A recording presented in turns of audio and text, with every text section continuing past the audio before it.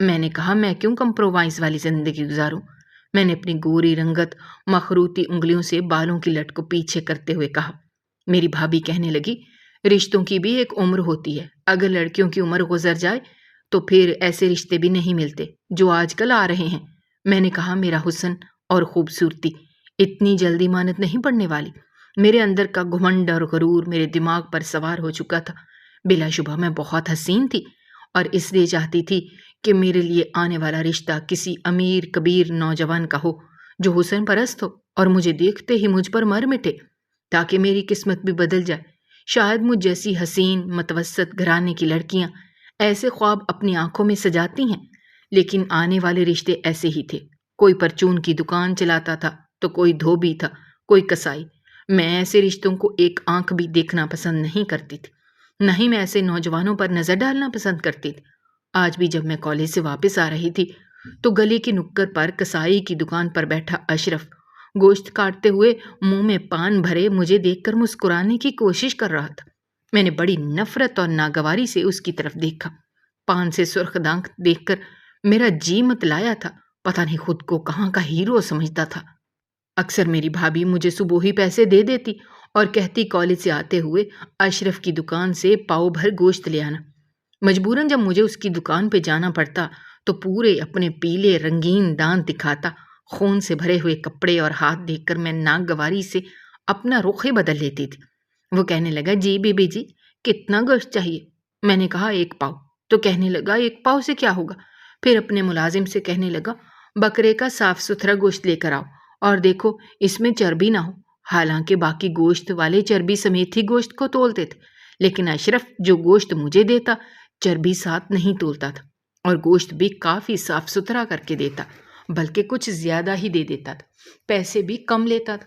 آج اس نے گوشت دینے کے بعد مجھے بکرے کی پوری کلیجی بھی کاٹ کر دی۔ کہنے لگا، یہ ساتھ لے جائیں، بنا کر کھائیے گا جی، آپ کی صحت اچھی ہوگی۔ آپ جی بڑی کمزور اور دبلی پتلی ہو، کھایا پیا کرو، جان بنایا کرو۔ میں نے ناگواری سے اسے دیکھا لیکن کلیجی لے کر آ گئی تھی، کیونکہ مجھے کلیجی بہت پسند تھی اور میں بہت شوق سے کھاتی تھی، لیکن بھائی کے حالات اتنے اجازت ہی نہیں دیتے تھے۔ بس جب کسی مہمان نے آنا ہوتا تبھی ہمارے گھر میں گوشت پکتا تھا، اور میری بھابھی پہلے ہی کہتی تھی کہ صرف مہمان کے لیے ہے، کھانا کھاتے وقت گوشت کو ہاتھ مت لگانا۔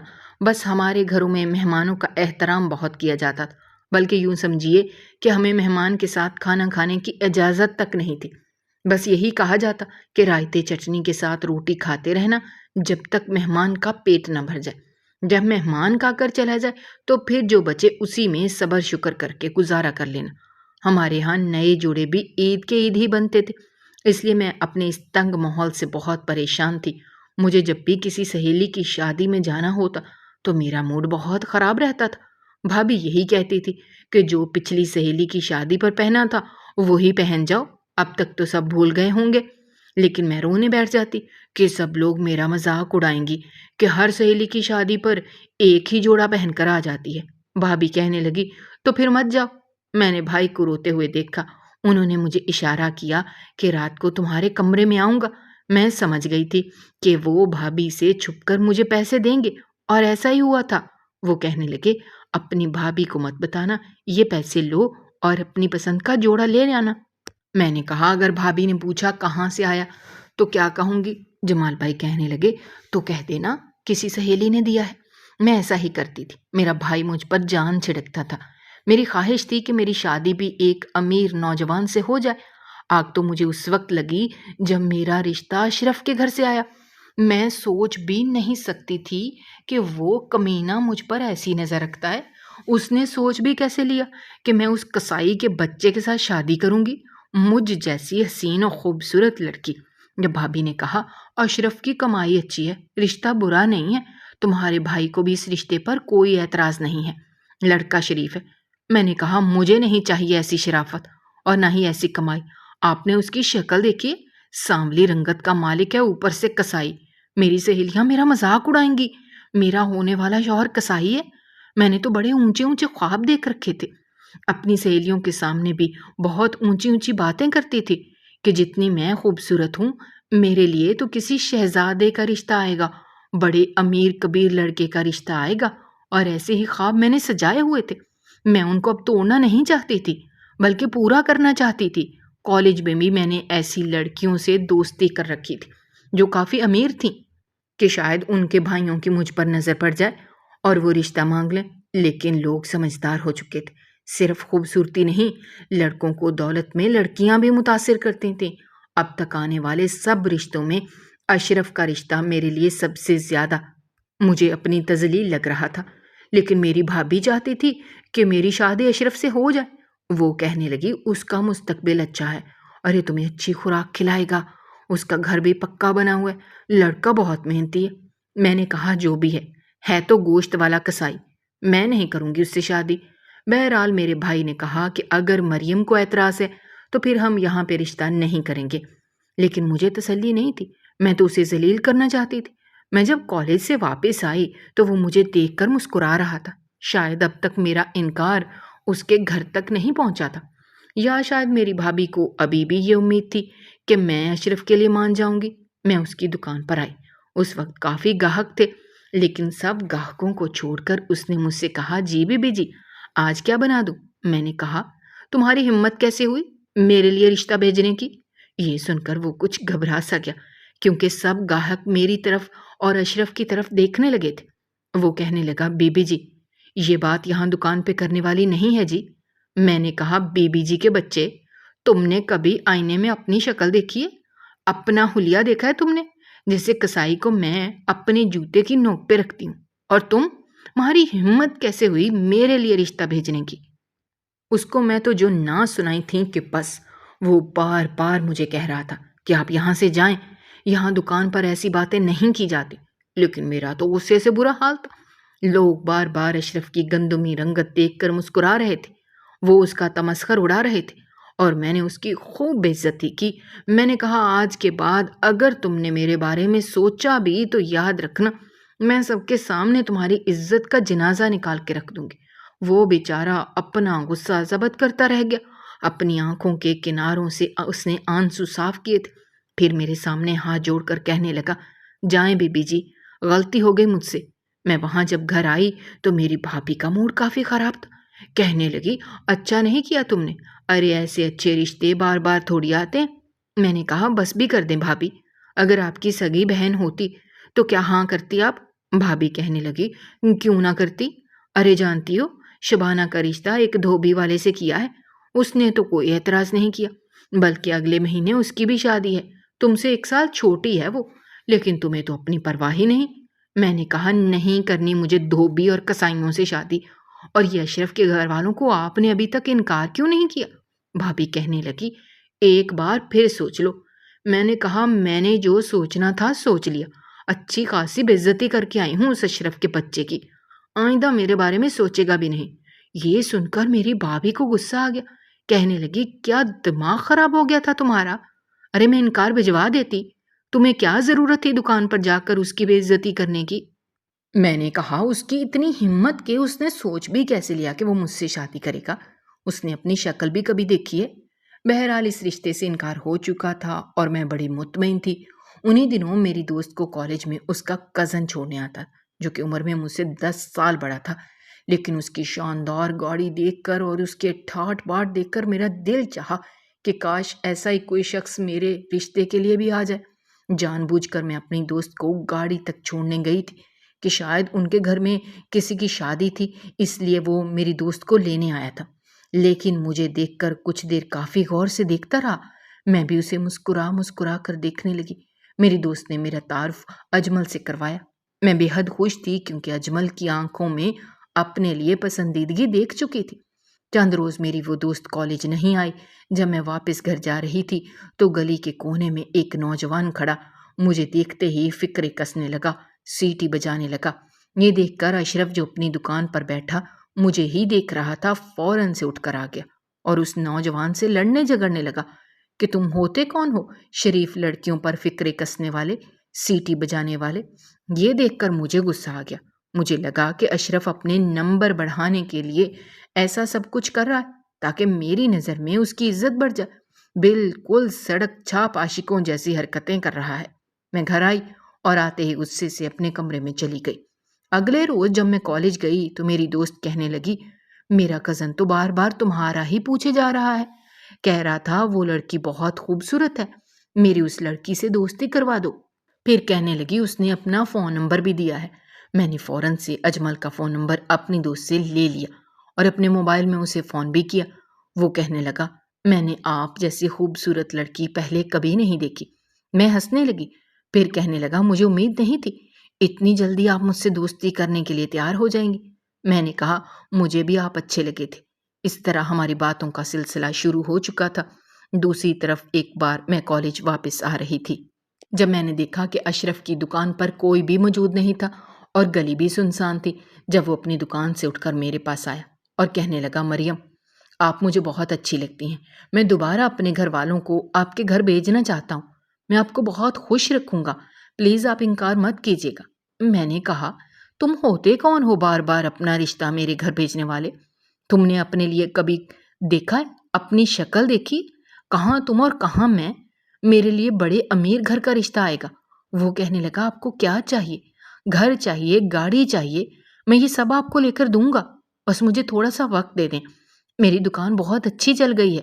میں نے کہا، میں تم جیسے کسائی سے شادی کیوں کروں گی؟ مجھے تم اچھے ہی نہیں لگتے، اور اگر اب تم نے رشتہ بھیجا تو تمہارے گھر والوں کو ذلیل کر کے دھکے دے کر گھر سے نکال دوں گی۔ وہ خاموش ہو گیا۔ اس کے بعد اس نے مجھے کبھی تنگ نہیں کیا۔ میری اور اجمل کی بات چیت بڑھنے لگی، اتنی کہ اجمل 6 ماہ بعد ہی اپنے گھر والوں کو رشتے کے لیے میرے گھر لے آیا اور میری خوشی کی کوئی انتہا نہ رہی تھی۔ میرا اجمل کے ساتھ رشتہ طے ہو گیا، حالانکہ میرا بھائی اس رشتے پر راضی نہیں تھا۔ کہتا تھا، بڑے لوگ ہیں، پتہ نہیں تمہاری قدر کریں گے یا نہیں کریں گے۔ پھر لڑکے کے بارے میں زیادہ تفتیش بھی میں نے کروانے نہیں دی تھی۔ اپنے بھائی سے یہی کہا تھا کہ مجھے یہ رشتہ پسند ہے، اس لیے بنا روک ٹوک کے یہاں پر ہاں کر دیں۔ میرا بھائی کہنے لگا، مجھے پہلے لڑکے کی اچھی طرح سے دیکھ بھال کرنے دو، لیکن میں نے ایسا کچھ بھی نہ کرنے دیا۔ بہت جلد میں اجمل کی دلہن بن چکی تھی اور اس کے گھر جا چکی تھی۔ اس کا گھر بلا شبہ ہمارے گھر سے کافی بڑا تھا اور وہ اپنے والدین کا اکلوتا بیٹا بھی تھا۔ شادی کی رات جب اس نے میرے سامنے شراب پی تو میں دنگ رہ گئی۔ میں نے کہا، اجمل، یہ آپ کیا پی رہے ہیں؟ تو وہ کہنے لگا، میں تو یہ سب پینے کا عادی ہوں۔ مجھے لگا شاید میری محبت اسے بدل دے گی، لیکن ایسا ممکن نہیں ہوا۔ شادی کے بس چند دن ہی اس نے میرے ساتھ اچھے گزارے، اس کے بعد وہ مجھ پر شک کرنے لگا۔ میں خوبصورت تھی لیکن اجمل خوبصورت نہیں تھا، ہاں البتہ دولت مند ضرور تھا۔ باپ کا چلتا کاروبار تھا، کبھی کبھی ہی وہ اپنے باپ کے ساتھ بیٹھ کر کام کرتا تھا، ورنہ زیادہ تر وقت اس کا عیاشی میں ہی گزرتا تھا۔ نشے کرتا تھا، سگریٹ پیتا تھا، شراب پیتا تھا، ہر وقت نشے میں رہتا تھا۔ جب اس کا نشہ بڑھ جاتا اور میں اسے روکتی ٹوکتی تو وہ مجھ پر ہاتھ اٹھانے لگتا، مار پیٹ کرنے لگتا، کہنے لگا کہ پتہ نہیں تم نے مجھ سے پہلے کتنے یار پال رکھے تھے، تبھی تو تم نے فوراً مجھ سے بھی دوستی کر لی، حالانکہ ایسا نہیں تھا۔ میں نے اس سے دوستی اس لیے کی تاکہ میں اپنا مستقبل سنوار سکوں، ایک خوشحال زندگی جی سکوں۔ لیکن اجمل ایک شک کے انسان تھا، ہر وقت میرے کردار پر شک کرتا رہتا تھا۔ میں ذرا سا بھی دروازے کے پاس کھڑی ہوتی تو اندر آتے ہی مجھے مارنے پیٹنے لگتا، کہتا، یہاں پر تمہاری عاشقی مشوقی نہیں چلے گی، یہ میرا گھر ہے۔ میں بہت پریشان ہو گئی تھی۔ 2 ماہ میں وہ مجھے کئی بار مار چکا تھا، یہاں تک کہ میرے چہرے پر نیل کے نشان پڑ جاتے تھے۔ جب میں میکے جاتی تو بھائی مجھ سے کہتا کہ میں پہلے ہی تمہیں کہہ چکا تھا کہ وہ مجھے لڑکے کی تفتیش کرنے دو، لیکن تم تو کچھ بھی سننے کو تیار نہیں تھی۔ بے شک تمہارے لیے آنے والے رشتے جو بھی تھے، جیسے بھی تھے، وہ دھوبی یا کسائی کے تھے، لیکن وہ نوجوان محنتی اور شریف تھے، عیاش نہیں تھے۔ اور جو انسان محنت کرتا ہے اللہ تعالیٰ اسے پھل بھی ضرور دیتا ہے۔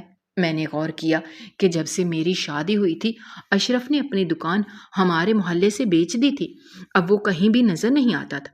جب میں امید سے ہوئی تو مجھے یہ بھی امید ہونے لگی کہ یاد بچے کو دیکھ کر اجمل کا رویہ مجھ سے بدل جائے، لیکن صارم کی پیدائش کے بعد بھی اس کا رویہ ویسے کا ویسا ہی تھا۔ میں بے حد پریشان ہو گئی تھی، اسے نہ تو اپنے بیٹے سے محبت تھی اور نہ مجھ سے۔ انہی دنوں میں نے محسوس کیا کہ اجمل رات کو بہت دیر سے واپس آتا ہے۔ جب میں وجہ پوچھتی تو مجھے مارنے لگتا، نہ میری ساس اسے روکتی ٹوکتی تھی اور نہ ہی میرے سسر۔ کیونکہ وہ ان کا اکلوتا بیٹا تھا۔ میں دن بھر ساس سسر کی خدمت کرتی رہتی، لیکن پھر بھی وہ مجھے عزت کی نظر سے نہیں دیکھتے تھے۔ یہی کہتے تھے کہ یہ لڑکی ہماری ہم پلا نہیں ہے، صرف اجمل کے کہنے پر ہم نے یہ رشتہ کیا۔ حالانکہ میرے بھائی نے مجھے جہیز میں ہر چیز دی تھی اور شادی پر بھی کسی قسم کی کوئی کنجوسی نہیں کی تھی، لیکن پھر بھی یہ تانا تو جیسے میرے نصیب میں لکھا جا چکا تھا۔ بہرحال ایک بار جب اجمل گھر آیا تو بہت نشے میں تھا۔ سہارا دیتے ہوئے میں اسے کمرے میں لائی اور وہ بیڈ پر لیٹ کر سو گیا، لیکن جب اس کی جیب سے میں نے ایک لڑکی کے کان کا آویزہ دیکھا، یہ دیکھ کر میرے ہوش اڑ گئے۔ آخر وہ کہاں سے رات گزار کر آیا تھا؟ عورت کبھی بھی ایسی عیاشیاں اپنے شوہر کی برداشت نہیں کر سکتی۔ میری رات بھی وہ رو رو کر گزری تھی۔ جب میں نے اگلے روز اجمل سے پوچھا تو وہ کہنے لگا اسے ایک لڑکی سے محبت ہو گئی ہے اور اب وہ اس سے شادی کرے گا۔ یہ سن کر میرے ہوش اڑ گئے۔ وہ مجھ سے اتنی بڑے دھوکے بازی کیسے کر سکتا تھا؟ میں نے کہا میں تمہیں یہ کام نہیں کرنے دوں گی۔ وہ کہنے لگا تم مجھے روکنے والی ہوتی کون ہو؟ میں روتے ہوئے اپنی ساس سسر کے پاس چلی گئی۔ ان کے سامنے ہاتھ جوڑ کر منت سماجت کرنے لگی کہ اسے روکیں، میری زندگی برباد ہو جائے گی۔ لیکن میرے آنسو میری ساس سسر پر بھی بے اثر تھے۔ وہ کہنے لگے یہ اپنی منمانی کرنے کا عادی ہے، تم سے شادی بھی اس نے اپنی مرضی سے کی تھی۔ ہم لوگ اس بات پر رضامند نہیں تھے کہ اتنی کم حیثیت والی لڑکی کو اپنے گھر کی بہو بنا کر لائیں، اور اب اگر اس نے دوسری شادی کا فیصلہ کر لیا ہے تو وہ بھی اجمل کر کے رہے گا، تم چاہ کر بھی اسے روک نہیں سکتی۔ میں نے کہا کہ میں اسے کبھی بھی دوسری شادی نہیں کرنے دوں گی۔ میرے ساس سسر میرا ساتھ دینے کے لیے تیار نہیں تھے۔ میں بھائی کے گھر منت سماجت کرنے گئی کہ وہ اجمل کو روکیں۔ میرا بھائی کہنے لگا ہم اسے کیسے روک سکتے ہیں، اس کے پاس شرعی حق حاصل ہے۔ میں نے کہا میرا بچہ اور میری زندگی برباد ہو جائے گی۔ میری بھابھی کہنے لگی یہ تمہاری پسند تھی، تم نے ضد کر کے یہاں شادی کی، اس لیے بار بار ہمارے در پر مت آیا کرو۔ اس مہنگائی میں ہم کس طرح سے گزر بسر کر رہے ہیں یہ ہم ہی جانتے ہیں۔ میرا بھائی بھی اس بار چپ تھا، اس نے میرا کوئی ساتھ نہیں دیا۔ میں روتے دھوتے واپس آ گئی۔ جب گھر آئی تو میرا شوہر غصے میں لاؤنج میں بیٹھا ٹہل رہا تھا۔ جب میں گھر کے اندر داخل ہوئی تو کہنے لگا تم ہو ہی کمینی ذات کی عورت، اب بتاؤ کہ کہاں سے منہ کالا کر کے آ رہی ہو؟ میں اس طرح کی الزام تراشی سے تنگ آ چکی تھی۔ میں نے کہا تم غیر عورتوں کے ساتھ ہر قسم کے تعلقات رکھتے ہو اور یہ سب کرتے ہو، اور پھر تم یہ چاہتے ہو کہ تمہاری بیوی نیک اور پارسا ہو؟ تم اسے اس طرح کا سوال کا حق نہیں رکھتے۔ مجھے تو لگا تھا کہ میری طرح اس کی باتیں سن کر وہ دوسری عورتوں کے چکر سے باز آ جائے گا، لیکن اس نے میرے منہ پر زوردار تھپڑ مارا اور مجھے طلاق دے کر سارم سمیت ہی مجھے گھر سے باہر دھکا دے کر نکال دیا۔ میں تو سوچ بھی نہیں سکتی تھی کہ وہ مجھے اس طرح سے چھوڑ بھی سکتا ہے۔ میں جانتی تھی کہ میرا بھائی اور بھابھی مجھے کبھی بھی نہیں رکھیں گے، اس لیے میں فٹ پاتھ پر ہی اپنے بچے کو لے کر بیٹھ گئی۔ میرا حسن، خوبصورتی، سب کچھ ختم ہو چکی تھی۔ ایک سال میں کئی سال اپنی عمر سے بڑی لگنے لگی تھی۔ میری گوری رنگت بھی بدل چکی تھی، آنکھوں کے نیچے کالے ہلکے پڑ چکے تھے۔ کچھ سمجھ نہیں آ رہا تھا کہ مجھے ہو کیا گیا تھا۔ ایک سال میں اجمل نے مجھ پر اس قدر ظلم اور زیادتی کی تھی کہ میرا سارا حسن ختم ہو چکا تھا، ساری خوبصورتی ماند پڑ چکی تھی اور مجھے کچھ بھی نہیں ملا۔ میں بالکل خالی ہاتھ تھی۔ تیز طوفانی بارش میں میرا بچہ بری طرح سے رو رہا تھا، بخار سے کپ کپا رہا تھا، لیکن میری بھابھی نے مجھے دھکے دے کر گھر سے نکال دیا اور خودکشی کی کوشش بھی ناکام ہو گئی۔ جیسے ہی میری آنکھ کھلی تو سامنے میں نے اشرف کو دیکھا تو میرے ہوش اڑے تھے۔ شاید اسی نے مجھے بچایا تھا۔ وہ آج بھی ویسے کا ویسا تھا، لیکن کپڑے صاف ستھرے پہن رکھے تھے۔ مجھے ہوش میں آتا دیکھ کر کہنے لگا اب آپ کیسی ہیں؟ میں اٹھ کر بیٹھ گئی۔ میں نے کہا میرا بچہ؟ کہنے لگا وہ بھی ٹھیک ہے، خدا کا شکر ہے کہ جان بچ گئی، آپ 2 دن سے بے ہوش ہیں۔ میں نے کہا میرا بچہ کہاں ہے؟ اس نے نرس کو آواز دی اور کہنے لگا ان کا بچہ ان کے حوالے کر دو، اب وہ بالکل ٹھیک ہے، میں نے اس کا علاج کروا دیا ہے۔ کچھ ہی دیر میں میرا بچہ میری گود میں تھا اور میں اسے چوم رہی تھی، پیار کر رہی تھی۔